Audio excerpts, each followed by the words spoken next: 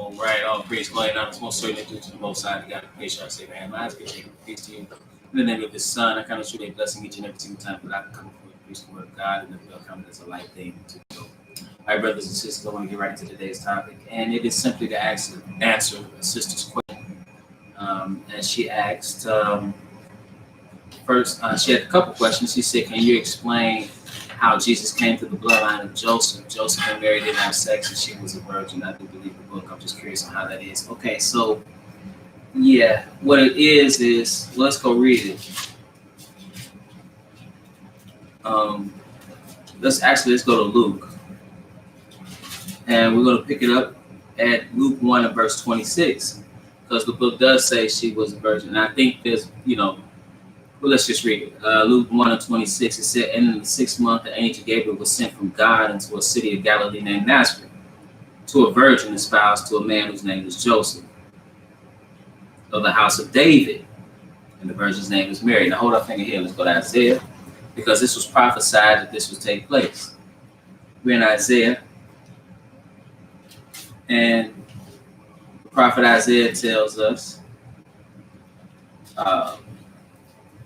in chapter 7 of Isaiah, in verse 14, it says, therefore the Lord himself shall give you a sign. Behold, a virgin shall conceive and bear a son, and shall call his name Emmanuel.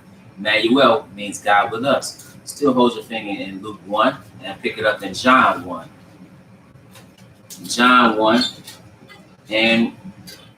and 1 says, in the beginning was the Word, and the Word was with God, and the Word was God. The same was in the beginning with God. All things were made by him. Without him was not anything made that was made. And who was this Word? Verse 14. And we understand the Word is God, right? We read that in verse 1. It says, and the Word was made, verse 14, and the Word was made flesh and dwelt among us, and we beheld his glory, the glory of the only begotten of the Father, full of grace and truth. So that's how it's God with us. Now back to Luke 1. In Luke 1, again, it says in verse 27, to a virgin, as Gabriel was sent to a virgin, espoused to a man, meaning she was engaged. They had not consummated the marriage. And that's when I say when it says espoused, that's comparable to what today would be considered in the Western world engaged. Okay, so again, a virgin espoused to a man whose name was Joseph. Then it said of the house of David. Okay. So now that's how he's of that lineage, because his earthly father was of that lineage. Let's read. Let's skip down a little bit. It says in verse 30, and the angel said unto her, fear not, Mary, for thou hast found favor with God, and behold, thou shalt conceive in thy womb and bring forth a son, and shalt call his name Jesus. He shall be great, and shall be called the Son of the Highest, and the Lord shall give unto him the throne of his father David, and he shall reign over the house of Jacob forever, and of his kingdom there shall be no end. So I think you're saying, when you say bloodline, it's the lineage, because that would be David was of Joseph was of the house of David. Let's go to Matthew 1, and that's what that means. Even when it says in verse 1, the book of the generation of Jesus Christ, the son of David, the son of Abraham. Okay. So now he goes from verse 2, Abraham begat Isaac, and Isaac begat Jacob, and Jacob begat Judas and his brother. All right, now let's keep going. It says, verse 5, and Solomon begat Boaz, Rachel. Boaz begat Obed of Ruth, and Obed begat Jesse. Hold your finger here and let's go to Ruth. So that's all that means. And I say lineage, because he's of that lineage in his earthly lineage, meaning the one that was considered his father on earth. He was in his household, but we understand that he was God in the beginning, and that was not his natural father. Okay, so that's what that means. But I just want to pick this up in Ruth, because that's why even another reason why Ruth is significant. So saying Ruth, concerning Ruth, when she married Boaz in chapter 4 and verse 17, it says, and the women, her neighbors, gave it a name, saying, there is a son born to Naomi, and they called his name Obed. He is the father of Jesse, the father of David.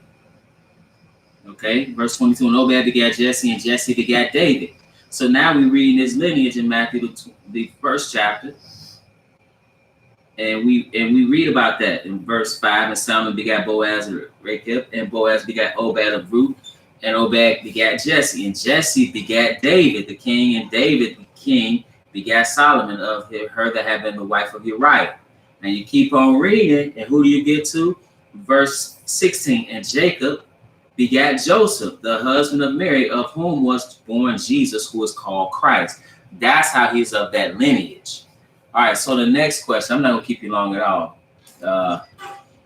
The next question is, can you explain, she says, also, can you explain if we should be celebrating any man-made holidays? I know about Xmas or Christmas, Easter, so she understands you shouldn't be dealing with those days, right? But she said, well, what about New Year's Eve and New Year's Day? Okay, so now let's see, when you look at, matter of fact, hopefully, let me look it up real quick.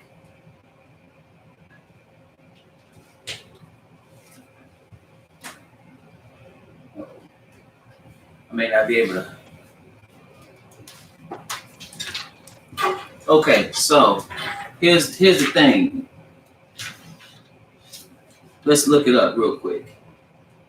Okay, this is in the World Book Encyclopedia. Just real quick, January. It says January is the first month of the year according to the Gregorian calendar, which is used in almost all the world today. The month is named for Janus, the Roman god. According to Roman legend, ruler Numa Pompilius added January and February to the end of the 10th month Roman calendar. In about 700 BC, he gave the month 30 days.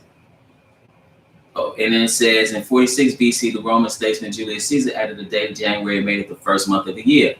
Okay, so who is Janus? Let's look up who Janus is. This is who is named after. Maybe he might not be in here. Oh, yeah, it is. Janus, actually. Janus. In Roman mythology, he was a god who had two faces that looked in opposite directions. One face looked into the past and the other looked into the future.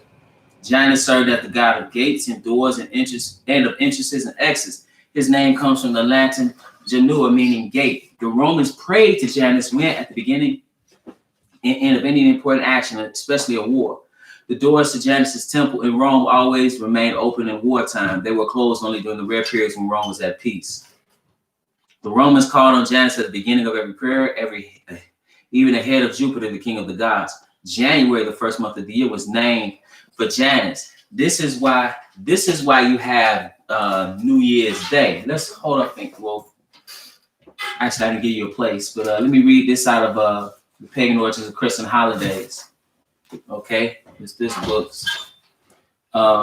It's available on Amazon and other places where books are sold. But under January, concerning January, I want to read this. Give me 1 second to find it. Okay. All right. So kind of what we read here. The month, I'm on page 19. This is in chapter 2, entitled January 1st, Honoring the God of New Beginnings. And I don't know if you can see that, but that's a picture, an image. Hold on, let me see if I can see this. This is an image of the two-headed God, two-faced God, rather, Janus. So here it says, the month January was named in honor of Janus, the god of new beginnings, gates, and doors. In early Rome, prior to the use of statues to represent their gods, Romans worshiped Janus as a doorway. This is similar to how Vesta was considered naught else but living fire. Representation of Janus had two faces, one looking forward to the future and the other gazing backwards into the past. To Caesar, it was appropriate for the new year to be in this month because it would be the doorway to the new year. In honor of Janus, Romans engaged in banqueting and licentious sexual activities. Now, so when you look at what January 1st is, historically, no, you shouldn't be honoring that. That's not the new year. Let's go to Exodus. Exodus, the 12th chapter, because here, this is at the time of the Passover. which we know falls in the month Abib. Okay, that's the new year to the Lord. And it means green. It shows when everything is renewed in the earth. Okay. Now it says, and the Lord spake unto Moses and Aaron in the land of Egypt. Exodus 12:1. This month shall be the beginning of months. It shall be the first month of the year to you. What month was that? That was the month of Abib. And then on the 14th day of the first month is Passover. See, the Lord has a different calendar. So now some of these days a lot of these days that man are dealing with have pagan origins. January 1st, or New Year's Eve is actually one of them. We read what that came from. But now you also ask the question, what about Memorial Day? Well, Memorial Day is what? In honor of veterans. It's not a religious day, but I would ask the question, if you look at our people, if we can't or are not observing his feast days, why in the world we should be worried about some secular days? Why should we be worried about Labor Day when our people not keeping the Passover? So I would say my thing is, if I'm gonna observe some days, I observe the days that he gave to the best of my ability, because that's what's important. Because what are these days? It's the last place.